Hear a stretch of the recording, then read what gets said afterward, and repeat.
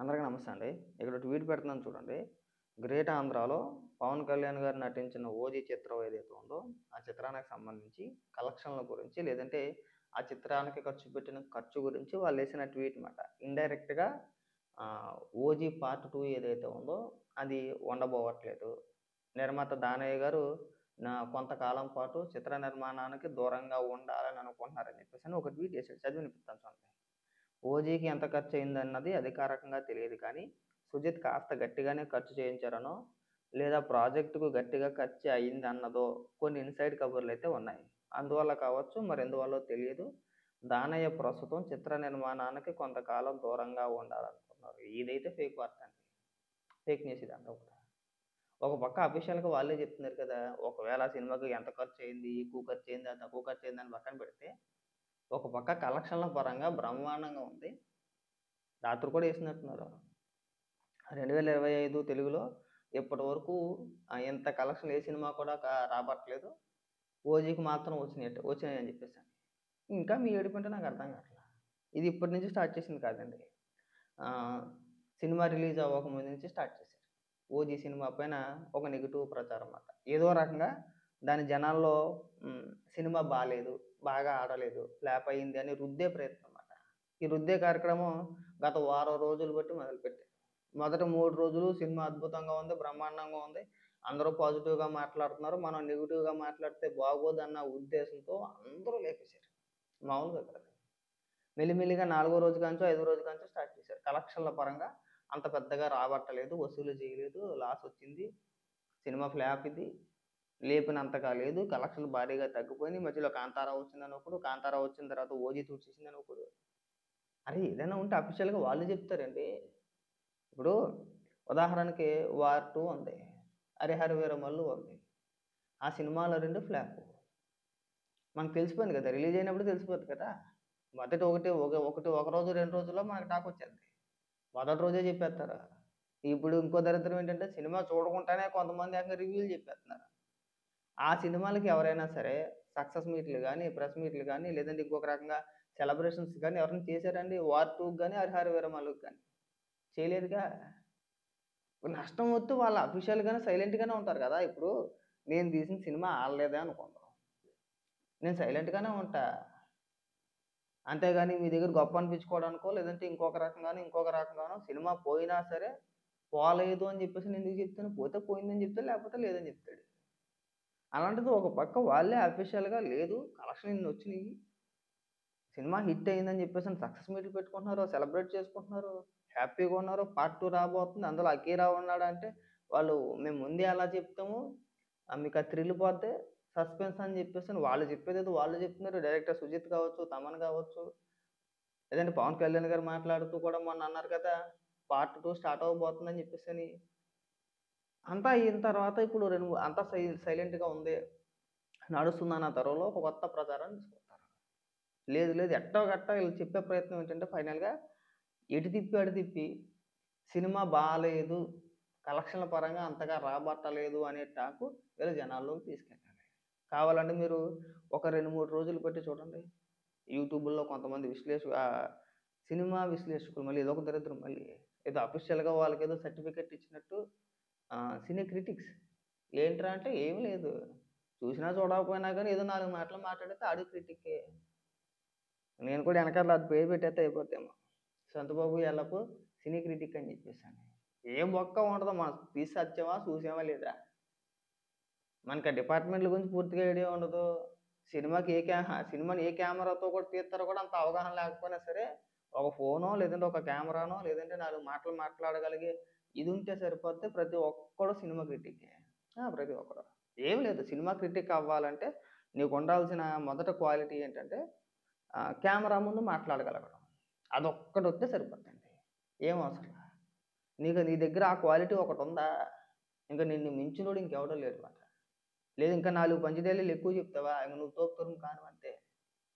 లేపోతే ఎవడండి పకోడీగాళ్ళంతాను cinema critic అని చెప్పేసి నిన్న కాక మొన్న బుడ్డగాళ్ళందరూ కూడా వచ్చి సినిమాల గురించి రివ్యూలు చెప్తా ఉంటే ఆశ్చర్యమేత్తా ఉంది. 4 ఇంగ్లీష్ పదాలు చదవలేనోడు కూడా సినిమా రివ్యూ చెప్తున్నాడు. చెప్పొచ్చు. చెప్పకూడదని రూల్ ఏం లేదు. చెప్పొచ్చు. డబ్బులు పెట్టి చూస్తున్నాడు చెప్పొచ్చు. కాదనట్లా. కానీ మరీ చూడకుండా చెప్పేటోళ్ళు కూడా ఉన్నారు కదా! సినిమాల రివ్యూలు చెప్పడం తప్పు అని చెప్పేసని అనను. చెప్పొచ్చు. అందరికి నచ్చిన సినిమా ఆడికి నచ్చదు. ఖచ్చితంగా నచ్చదు ఆడికి. ఆడికి జనరల్‌గా ఏ సినిమానో నచ్చదు. ఆ సినిమానే కాదు. ఏ సినిమానో నచ్చదు ఆడికి. వాడికి ప్రతి సినిమాలోని కూడా పాజిటివ్ కాకుండా నెగెటివ్ ఎక్కడ ఏ పాయింట్ దొరుకుద్ది అంటే మరి వీడియోలు ఎంత రావాలి కదా! జనరల్‌గా సినిమా బాగుంది అంటే అయిపోయి అక్కడ. అదే బాలేదు, ఎందుకు బాలేదు అంటే దానికి లచ్చ కారణాలు చెప్పాలి మనం.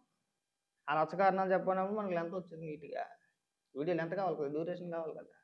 అప్పుడు మొదలు పెడతాడనమాట. పవన్ కళ్యాణ్ గారి యాక్టింగ్ అలా ఉంది.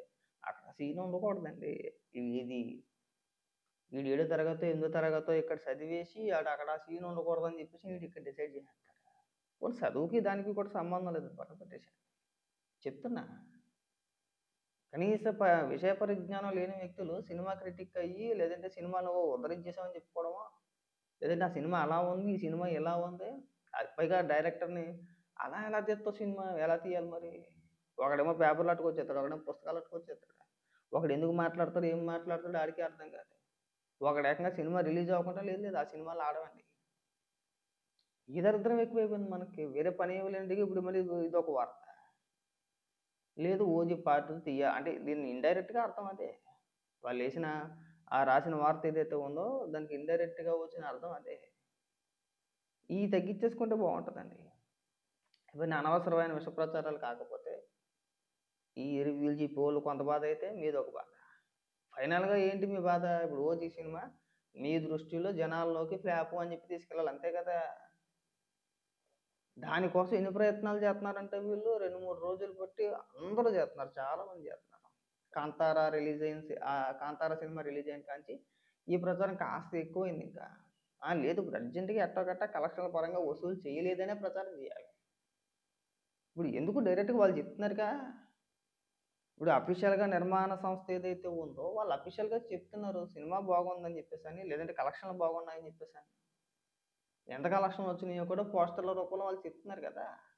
ఒకవేళ మీరనుకున్నట్టే కలెక్షన్‌ల పరంగా అంత రాకపోతే వాళ్ళు చెప్పరుగా. ఇప్పుడు నాకు లాసొచ్చింది. నాకు లాసొస్తే లాసొచ్చిందనే చెప్తా. లాభం వచ్చిందని ఎందుకు చెప్తాను? నాకేమన్నా పిచ్చా? ఇప్పుడు సినిమా ఫ్లాప్ అయిందండి. డబ్బులు రాలేదనుకో నాకు. నాకు రాలేదంటే రాలేదనే చెప్తా. వచ్చినాయని చెప్పి గొప్పలెందుకు చెప్పుకుంటాడండి నాకు అర్థం కావట్లా. మరి ఆ మాత్రం తెలివితేటలు లేవా మీకు? ఇవాళ గుర్తుకొచ్చిందంటే 'ఓజీ' సినిమాకి ఎంత ఖర్చయిందనేది అధికారికంగా తెలీదు కానీ, మరి తెలీదు కానీ అని పెట్టేసి ఈ వార్తెలా రాసేసావు? చిత్ర నిర్మాణానికి కొంతకాలం దూరంగా ఉండాలనుకుంటున్నారని. నీకు క్లారిటీగా తెలుసా అంటే తెలీదు. ఇన్‌సైడ్ కబుర్లు. అది పూర్తిగా తెలీదు. ఒకవేళ అన్నారా? అనలేదా? అని ఊరికే అది తెలీదు. ఎవడో గాలోడు ఏదో మాట్లాడుతా ఉంటాడు. గాలి వార్తలు ఇవన్నీ కూడా. దాన్ని నువ్వు వార్త రూపంలో వండి వడ్డించేసావంతే.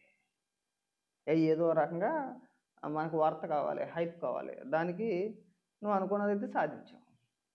దాదాపు ట్విట్టర్‌లో 3,00,000 మంది చూసినట్టున్నారు దాన్ని.